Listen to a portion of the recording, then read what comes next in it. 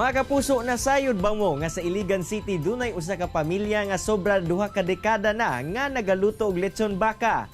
Atong makauban karong buntaga ang supplier og lechon baka sa mong syudad, si Maria Brenda Abitria. Ma'am Brenda, mayong buntag og dayon ta sa At Home with GMA Regional TV. Kamusta, ma'am?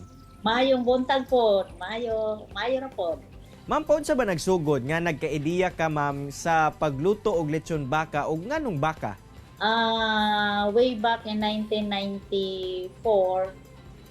pagkasal sa akong manghod diri sa Iligan, na ako'y relative from Cebu nga gidala nako diri kay akong ipa-eskwela. Pagkasal sa akong manghod, nagsuggest siya nga maglechon mi og baka. So sa kasal, sa reception, naglechon mi. Then daghan ang nag-inquire kay kadto pa sila nakakita nga naay mga lechon baka. Then daghan pong nag-suggest nga maligya na kuno kog lechon baka kay ganahan sila sa akong lechon baka. So mao to siya start nga naka-idea ko nga magnegosyo ko ani. So mao to siya pag 1995 dito ko gaya hinahinay og accept og mga orders first sa ako ra mga kaila. Then dito na nagsugod. Ma'am, paun sa nakatabang inyong negosyong lechon baka ngadto sa inyong pamilya?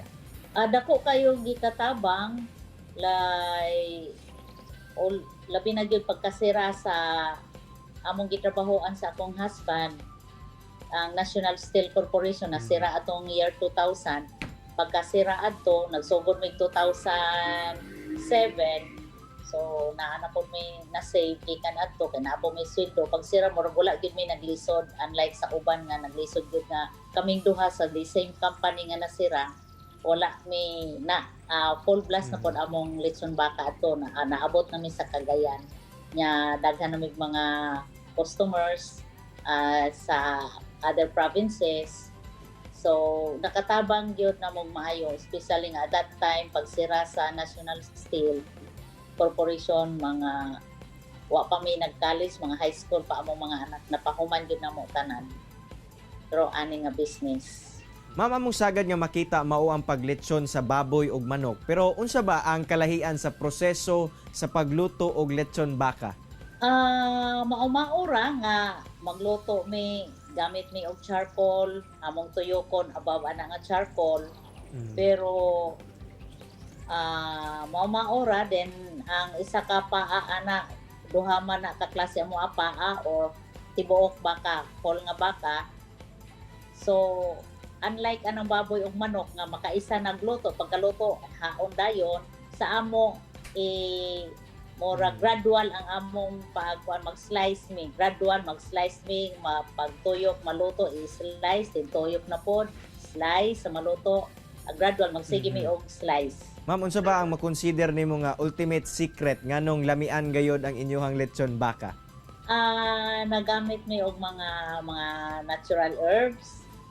Onya dili gyud namo i-sacrifice ang quality sa among mga ingredient nga naiuban mo gamit og bisag unsa lang o substitute para mo dako ang ilang profit, pero amo gyud gi-maintain ang quality sa among mga ingredient.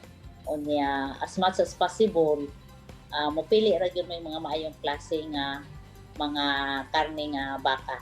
Mga kapuso, ang inyong gihulatan, ani-ana, ipakita ka nato ni Ma'am Brenda ang pagproseso sa pagluto og lechon baka. Diri na mo kuhaon ang paa nga among timplahan o preparahon para sa among lechon baka nga mga orders. O among siguraduhon nga maayong klase, bata pa nga baka o maayong klase ang karne. Among ning timplahan sa among sauce, among marinade, sekreto na mo ning mga ingredient o mao na nakapalami ug nakapalahi sa among nga lechon baka.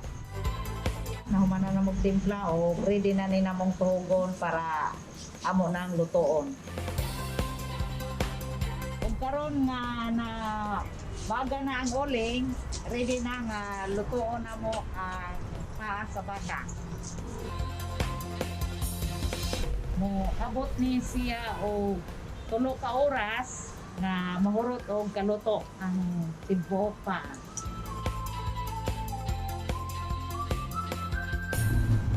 Juicy kayo ang among paa o mao ni siya ang sekreto nga lamian o bumok ang among lechon baka.